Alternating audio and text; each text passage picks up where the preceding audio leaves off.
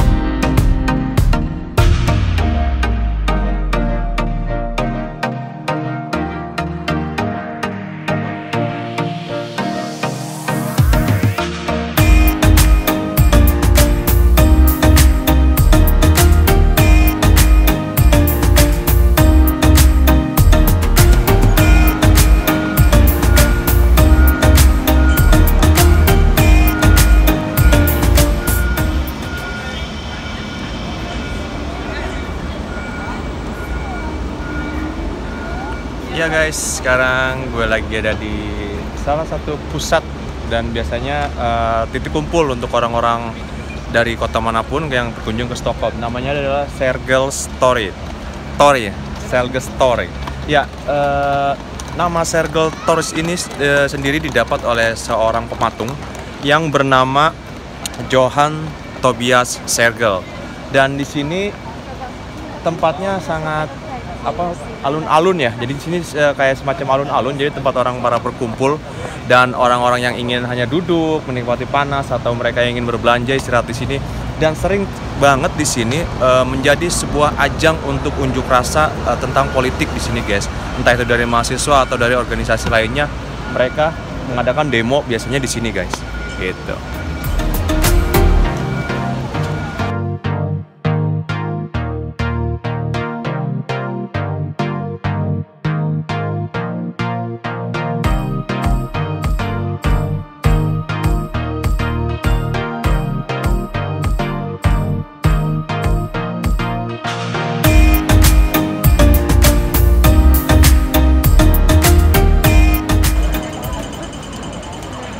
Ya guys, kalian bisa lihat di sana ada jalan dan ramai banget. Dan jalan itu dinamakan Drottninggatan, jadi jalan ratu ya. Kalau dibilang bahasa Indonesianya diterjemahinnya jalan ratu. Dan jalan itu memang ramai banget untuk banyak yang dikunjungi oleh turis lokal maupun mancanegara. Karena bagi orang yang ingin berbelanja atau shopping yang barang-barang yang cukup bermerek dan berkualitas banyak di sini guys, gitu. Ya, selain tempat shopping yang bagus dan banyak-banyak barang berkualitas, di sini juga banyak bar, restoran, dan pub-pub yang buka di sini, guys.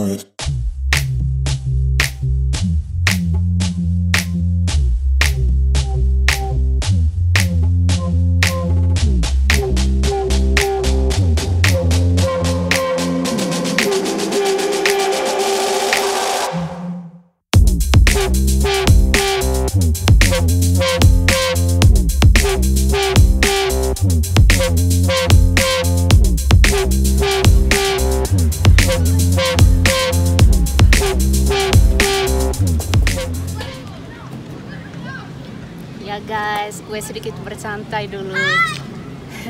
Kita sekarang di Kungsträdgården dan ini salah satu taman umum tertua di Stockholm.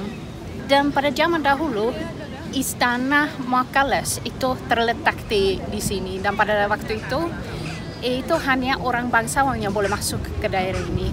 Jadi ada gerbang di luar dan di situ ada satpam yang bersenjata di situ. Iya, dan seperti kita lihat di sebelah sana, ya ada 4 patung singa dan di atas ada patung dari Raja Karl ke-17. Dan itu ada di sini semenjak tahun 1868. Dan kalau di taman ini sekarang itu udah buka ya untuk umum, dan pada setiap summer ada banyak event di sini. Mungkin nggak begitu banyak untuk tahun ini karena masih dalam rangka corona ya. Tapi biasanya ada banyak event di panggung yang ada di situ.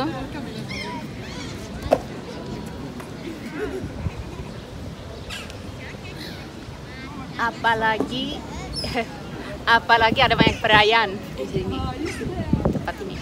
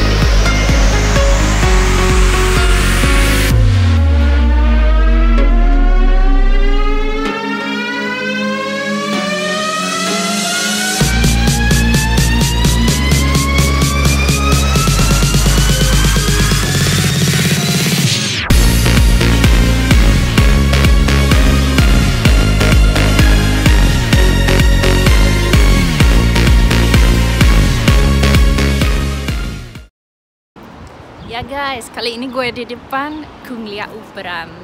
Dan ini tempat opera yang sudah ada di sini semenjak tahun 1773. Jadi cukup lama. Tapi untuk sementara ini ditutup karena corona. Tapi biasanya kita bisa masuk di sini dan kita juga bisa booking waktu dengan pemandu yang bisa bawa kita ke dalam kamar-kamar megah yang ada di sini, dan kita juga bisa lihat panggung di dalam dan juga bisa pelajari banyak kesediaan yang di sini.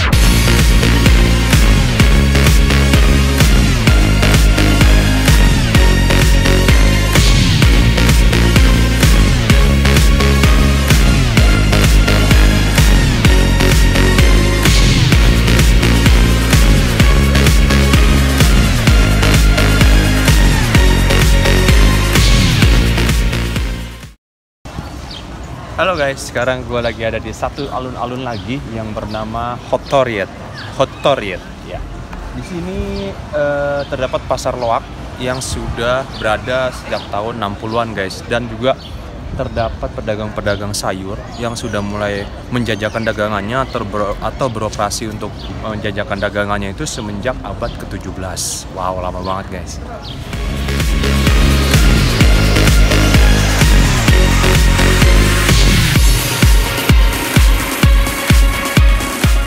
Ya, dan pasar loak ini hanya beroperasi biasanya di hari Minggu guys, dan rame banget biasanya.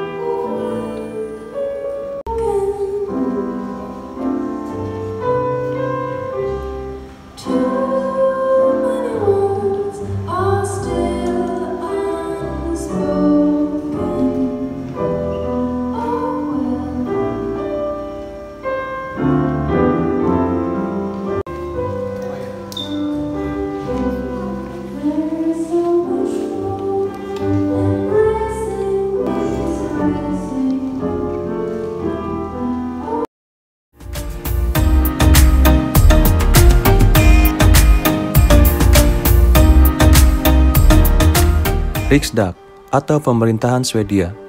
Beberapa ribu orang mengunjungi Riksdag atau parlemen setiap tahunnya.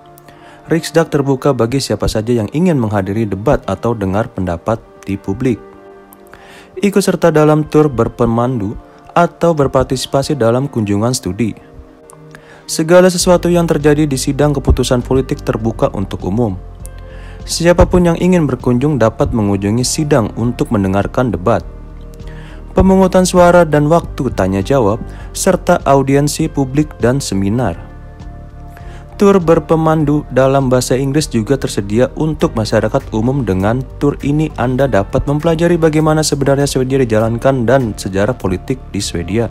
Sejak tahun 1971, Riksdag telah menjadi badan legislatif unikameral dengan 349 anggota.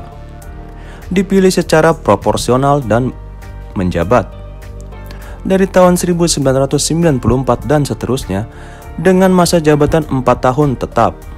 Akar Riksdag modern dapat ditemukan dalam pertemuan pada tahun 1435 di kota Arboga. Namun hanya 3 golongan masyarakat yang bisa hadir, yaitu golongan dari bangsawan, pendeta, dan burger. Per Maret 2020, 165 atau 47,2% dari 349 anggota Riksdag adalah perempuan. Ini adalah proporsi perempuan tertinggi ke-7 di dunia dalam Badan Legislatif Nasional. Anggota Riksdag adalah legislator penuh waktu dengan gaji 66.900 krona atau sekitar $7.400 per bulan. Anggota Riksdag memiliki rata-rata kerja seminggu 66 jam. Sebuah penyelidikan melaporkan bahwa rata-rata anggota tidur 6,5 jam per malam. Wetekaten terletak di Kungsgatan 55 di pusat Stockholm dan merupakan salah satu dari sejumlah kedai kopi tradisional yang terpelihara dengan baik di mana kalian dapat mencicipi kue-kue tradisional Swedia yang berkualitas. Kursi dengan sandaran tinggi dan tidak serasi duduk di sebelah meja yang sama mencoloknya di kafe ini yang berasal dari tahun 1700-an. Wetekaten didirikan pada tahun 1928 oleh seorang wanita yang sangat jujur. Ia bernama Esther Nodamar. Pada masa itu perempuan hanya memiliki hak bersuara selama beberapa tahun, sangat sedikit perusahaan yang dijalankan oleh wanita. Dan bahkan lebih sedikit toko kue. Esther yang berusia 42 tahun memiliki pengalaman profesional yang cukup besar, termasuk bekerja sebagai juru tulis. Tetapi bahkan baru menginjakan kaki di toko roti, dia punya ide untuk memulai toko roti sederhana yang menawarkan kue kering, roti dengan kualitas terbaik. Dikatakan bahwa nama itu muncul ketika Esther ditanya apa nama toko rotinya dan dia menjawab Yowedekaten. Yowedekaten sendiri itu mendapatkan dua arti dalam bahasa Swedia. Yang pertama, kucing tahu, yaitu mengekspresikan bahwa dia tidak tahu apa namanya. Dan yang kedua adalah kucing gandum.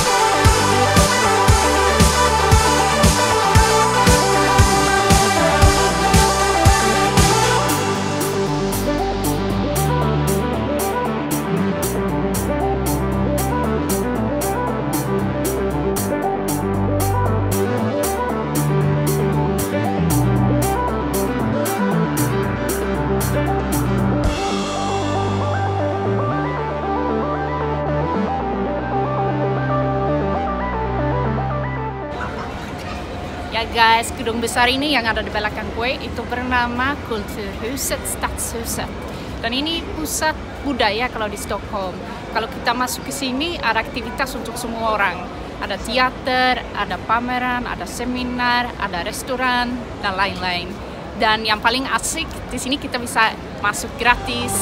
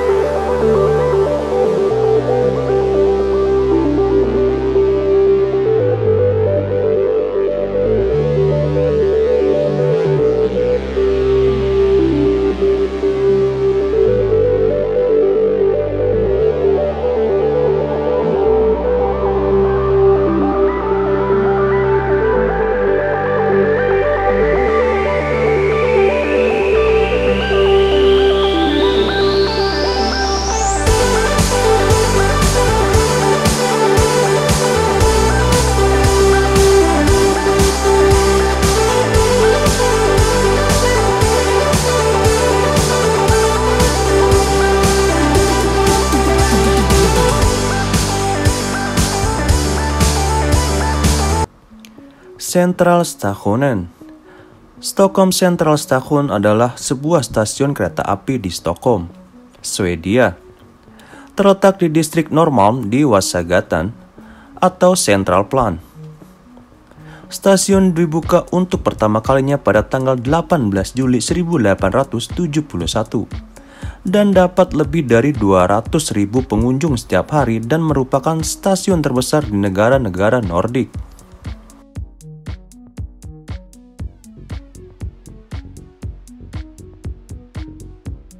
Minus Market Olof Palme. Pada hari Jumat tanggal 28 Februari tahun 1986, Olof Palme, Perdana Menteri Swedia, ditembak mati oleh satu tembakan saat berjalan pulang dari bioskop bersama istrinya Lisbeth Palme di pusat kota Stockholm, Norrmalm, yaitu di Jalan Sveavägen. Ada banyak aksi pembunuhan, diantaranya lebih dari 25 orang melapor ke polisi. Pembunuh itu digambarkan oleh saksi sebagai seorang pria berusia antara 30 dan 50 tahun dan mengenakan jaket atau mantel gelap. Penyelidikan polisi tetap aktif selama 34 tahun. Seiring dengan lamanya penyelidikan, sejumlah teori alternatif seputar pembunuhan itu mengemuka.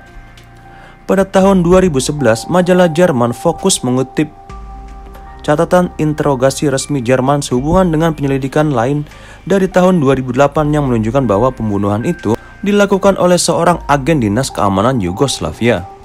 Pada bulan Desember 1988, hampir 3 tahun setelah kematian Palme, Christer Peterson, seorang penjahat, pengguna narkoba dan alkohol, yang sebelumnya dipenjara karena pembunuhan, ditangkap karena membunuh Palme. Naik banding Peterson berhasil karena kegagalan penuntutan untuk menghasilkan senjata pembunuhan yang kurangnya motif yang jelas untuk pembunuhan itu. Pada tanggal 21 Februari 1986, seminggu sebelum dia dibunuh, Palme membuat pidato utama di Parlemen Rakyat Swedia menentang apartheid yang diadakan di Stockholm, dihadiri oleh ratusan simpatisan anti-apartheid. 10 tahun kemudian menjelang akhir September 1996, Kolonel Eugene de Kock, mantan perwira polisi Afrika Selatan, memberikan bukti kepada Mahkamah Agung di Pretoria, menuduh bahwa Palme telah ditembak dan dibunuh karena dia sangat menentang rezim apartheid. Swedia penyelidik polisi mengunjungi Afrika Selatan, tetapi tidak dapat menemukan bukti untuk mendukung klaim de Kock. Wartawan Swedia Anders Leopold membuat kasus bahwa fasis Chile Roberto Thieme membunuh Olof Palme. Thieme adalah kepala sayap paling militan, dibiayai oleh Amerika Serikat CIA menurut Leopold. Palme dibunuh karena dia secara cuma-cuma memberikan suaka kepada sejumlah besar orang kiri Chili setelah kudeta yang menggulingkan Salvador Allende pada tahun 1973. Teori lain adalah bahwa Palme ditembak oleh seorang Stig Engström yang dikenal sebagai pria Skandia atau Skandia Mannen. Setelah majikannya, perusahaan asuransi Skandia yang kantor pusatnya terletak di sebelah tempat pembunuhan, dalam catatan-catatan sebelumnya, Engström sebagian besar diperlakukan sebagai saksi, khususnya menurut pernyataan sendiri sebagai saksi mata pertama yang tiba di lokasi pembunuhan. Teorinya adalah skenario di mana Engström yang sangat tidak menyukai Palme dan kebijakannya kebetulan bertemu Palme di jalan dan menembaknya. Engström meninggal bunuh diri pada tahun 2000. Hingga saat ini pernyataan tentang siapa sebenarnya yang membunuh Palme masih menjadi perdebatan sengit.